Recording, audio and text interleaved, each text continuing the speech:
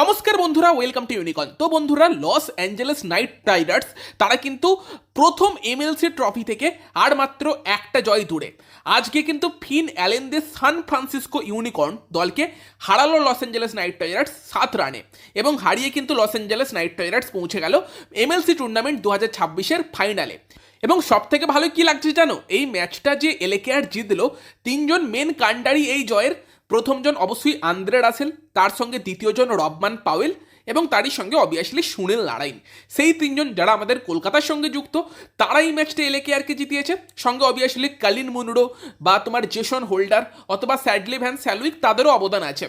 এবং সেই জায়গাতে দুর্দান্ত ম্যাচ হয়েছে, এবং ম্যাচটা একটা সময় মনে হচ্ছিল লস অ্যাঞ্জেলেস নাইট রাইডার্স হয়তো হেরেও যেতে পারে। বাট সেখান থেকে যেভাবে 19 নম্বর ওভারটায় রাসেল কামব্যাক করালো, মানে ভাবো যে 2 ওভারে 24 রান বাকি, আর সেই পর্যায়ে 11 রান 12 রান ইজিলি আসছিল। সেখানে রাসেল 19 নম্বর ওভারে বল করতে যাচ্ছে, যেখানে ম্যাথু শট সে ব্যাটিং করছে, এবং তারই সঙ্গে অ্যারন হার্ডির মতো আরেকজন হিটার আছে, এবং রাসেল দিচ্ছে মাত্র 6 রান।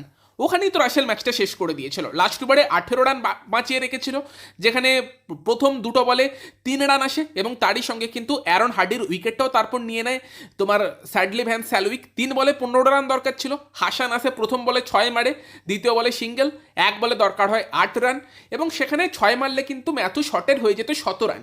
ম্যাথু শট যেই শটটা মারে ওটা 6ই হচ্ছিল, 6 মারা মানে ওর 17 রান হতো, এলএকেআর 1 রানে জিততো। বাট সেটাকেও অ্যাথলেটিক একটা এফোর্ট দিয়ে কিন্তু রবমান পাওয়েল বাঁচিয়ে দিল। না শটের 17 রান হলো, এলএকেআর তার সঙ্গে সঙ্গে 7 রানে জিতে গেল, জিতে ফাইনালে চলে গেল।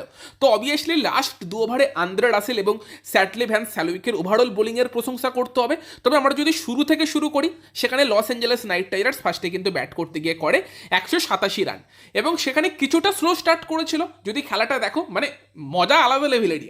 একদিকে আর্জেন্টিনা ভাই ফাইনালে চলে গেল, তারপর ভিডিও টিডিও বানিয়ে এই খেলাটা দেখতে শুরু করলাম, এবং লস অ্যাঞ্জেলেস নাইট রাইডার্সও ফাইনালে।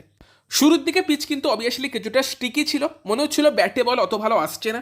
আন্দ্রে ফ্লেচার আউট হয়ে যায় তোমার ম্যাথু শটের বোলিংয়ে। তবে কলিন মুনরো এবং আন্দ্রে রাসেল কিন্তু একটা পার্টনারশিপ করে, যেটা স্লো পার্টনারশিপ ছিল। কলিন মুনরো এবং আন্দ্রে রাসেল মিলে করে 76 বলে 96, যেখানে মুনরো 44 বলে 51 করে, রাসেল লাস্ট অব্দি নট আউট থাকে, 50 বলে 62 করে। রাসেল 50টা বল খেলেছে, এখন তো 3-এ ব্যাট করছে, আগেই জানিয়েছিলাম, 62 রান করেছে। ভাই রাসেল তো বিরাট কোহলির মতো ডিফেন্স করছিল ভাই, আমি তো দেখে অবাক হয়ে গেছি যে এটা কোন রাসেলকে দেখছি। কিন্তু ফ্যাক্টরটা হচ্ছে যে রাসেল একটা সময় 40 বলে 46 রানে ছিল, তাও লাস্ট 10 বলে 16 করে আরেকটু বেটার করেছে স্ট্রাইক রেটটা। তো সেখানে এটা অবাক করা বিষয়, যারা খেলা দেখুনি স্কোরবোর্ড দেখলে তো অবাক হয়ে যাবে যে এটা কি দেখলাম, 50 বলে 62। তারপর ম্যাথু ট্রম্প এসে আউট হয়ে গেল। আসল ফিনিশটা কিন্তু এলএকেআরকে দেয় রবমান পাওয়েল।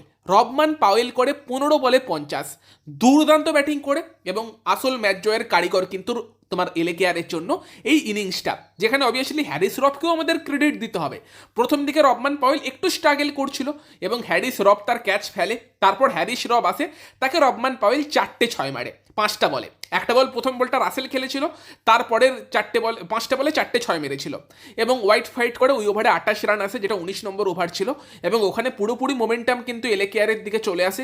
লাস্ট ওভারে বোধহয় 2খানে 6 মারলো রবমান পাওয়েল, 15 বলে 50 করলো, এবং 187 রানে পৌঁছে দেয় এলএকেআরের স্কোর। আমি তো ভাবছিলাম এই রানটা যথেষ্ট ভালো, শুধুমাত্র অ্যালেন এবং লুহানডিপ প্রিটোরিয়াস তাদের উইকেটটা নিতে হবে, কারণ অ্যালেন কি করতে পারে সেটা তো আমাকে বলতে হবে না, আর লুহানডিপ প্রিটোরিয়াস এই টুর্নামেন্টে ভালো ব্যাটিং করছে। এবং ভাই দুজনকেই গোল্ডেনটাকে প্রথম ওভারে আউট করে দেয় সুনীল নারাইন।